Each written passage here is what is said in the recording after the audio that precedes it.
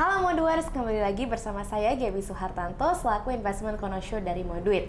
Dan hari ini kita ada kedatangan Bapak Eri Kusnadi selaku Direktur di Batavia. Jadi thank you Pak Eri sudah Sama-sama, hadir. Gaby. Iya, oke. Nah Pak, mungkin aku mau sedikit tanya nih tentang outlook dari bond market di Indonesia. Mungkin boleh diceritain sedikit nih Pak, outlooknya seperti apa over this past year sampai akhir tahun juga mungkin ya. Oke, sip. Thank you, Gaby. Jadi, kalau kita ngomongin bonds market, kan sangat related dan sangat sensitif sama yang namanya interest rate. Jadi, kalau kita mau ngomongin outlook-nya, kita harus lihat dulu siklus suku bunganya ada di mana. Nah, kalau sekarang di Indonesia, kita boleh bilang siklus suku bunganya sudah ada di puncak.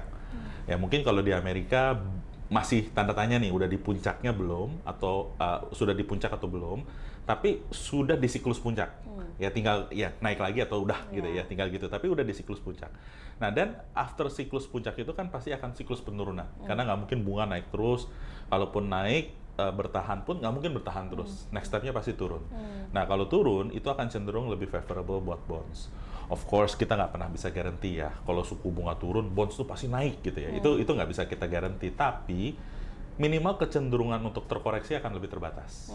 Kurang lebih seperti itu. Oke, I see. Nah, kalau kita lihat juga kan foreign flow itu plays a very big role juga nih di market bond Indonesia. Nah, untuk foreign flow sendiri outlook-nya seperti apa tuh Pak kalau di bonds?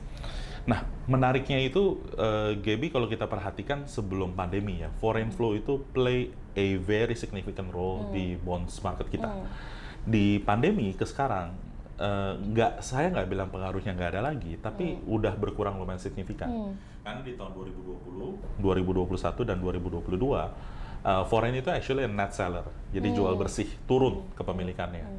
Nah, tapi di sisi lain, harga bonds kita tetap stabil, pembiayaan anggaran pemerintah juga cukup stabil. Nah, ini menunjukkan bahwa domestic investor itu juga sudah memiliki power untuk menjaga kestabilan domestic bonds marketnya sendiri. Jadi nggak dependent ke asing. Nah, cuman tentunya yang namanya inflow selalu kita appreciate, karena akan membantu harga, menjadi devisa, dan lain-lain. Dan kalau kita lihat tahun ini, sudah di sekitar 80-90 triliunan net inflow-nya dibandingkan dengan 3 tahun berturut-turut sebelumnya net outflow. Nah, kita melihat ini sesuatu yang positif juga, yang membantu bonds kita menjadi lebih kuat, lebih strong, dan menunjukkan juga bahwa fundamental keuangan negara kita itu relatively sehat, kuat, dan baik. Nah, cuman yang tadi saya bilang itu, pengaruhnya itu sebenarnya sekarang sudah mulai berkurang, karena domestic investornya itu terbukti memiliki confidence yang oke, memiliki dana dan likuiditasnya juga cukup besar, dan willingness mereka untuk invest di bonds gitu ya. Jadi dependensi terhadap asing itu menjadi turun gitu ya. Nah, itu sesuatu yang menurut kita healthy, sehingga kedepannya ya kita nggak berharap di net sell ya, tapi kedepannya ya kita mungkin tidak perlu terlalu khawatir secara berlebihan kalau asing lagi nggak masuk, atau kalau asing lagi keluar. Dan menurut saya it's a very healthy condition. I see. Nah, mungkin backtrack sedikit nih Pak, apa sih yang membuat setelah pandemi itu kondisinya bisa berubah dari yang sebelumnya gitu? Oke, jadi kalau kita lihat di tahun 2020, pas pandemi, risk averse. Semua orang menghindari resiko, saham, bonds, semua nggak ada yang suka. Even gold juga at that time jadi tidak ada artinya lah, semuanya gitu ya, semua aset. 2021 masih sama, ya masih mirip. Kondisinya masih ada uncertainty, kita waktu itu masih ingat ada varian Delta, so economic recovery itu kayak masih agak sedikit abu-abu, ada sedikit ketidakjelasan. Terus Indonesia di 2020-2021 melebarkan defisit dengan cara printing money lewat mekanisme BI yang namanya SKB 2, SKB 3 ya, atau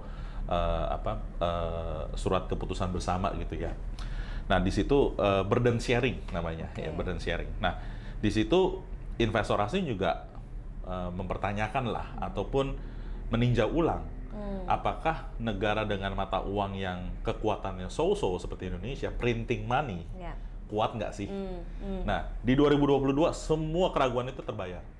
Tapi 2022 bunga naik. Bunga naik.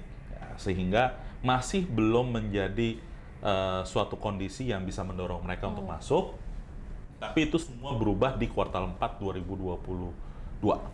Jadi sebenarnya asing itu inflow udah dari kuartal 4 2022. Dan di kuartal 4 2022 itu heavy masuknya.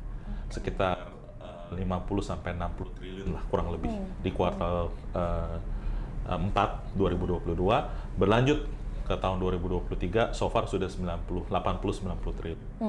So apa yang berubah during that period adalah pemulihan ekonomi kita terbukti kuat, solid, pembiayaan anggaran sehat, pemerintah dan BI tidak abuse printing money-nya.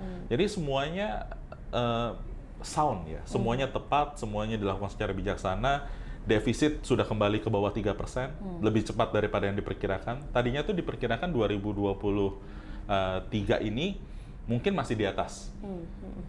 2022 masih di atas 3%. 2023 baru kembali di bawah 3%. Tapi ternyata pemerintah sudah lakukan itu di tahun lalu. Di mana defisit sudah dikembalikan ke bawah 3%. Ya, dan terbukti ya, domestic investor itu confident sama bondsnya sendiri. Jadi foreign investor no reason untuk nggak masuk, karena stability is there. I see. Berarti memang ada shifting ya in terms of the investing landscape sekarang itu dari sisi domestik tuh udah mulai bisa nopang marketnya sendiri gitu ya. Betul. I see. Berarti kesimpulannya adalah dari segi market sendiri, yes, foreign investor mungkin udah nggak terlalu banyak seperti dulu, tapi memang government ada kebijakan yang memang untuk tetap support itu, tapi at the same time ya kita nggak harus worry karena udah dari domestic market kita udah very healthy gitu. Betul, ya. betul. I see.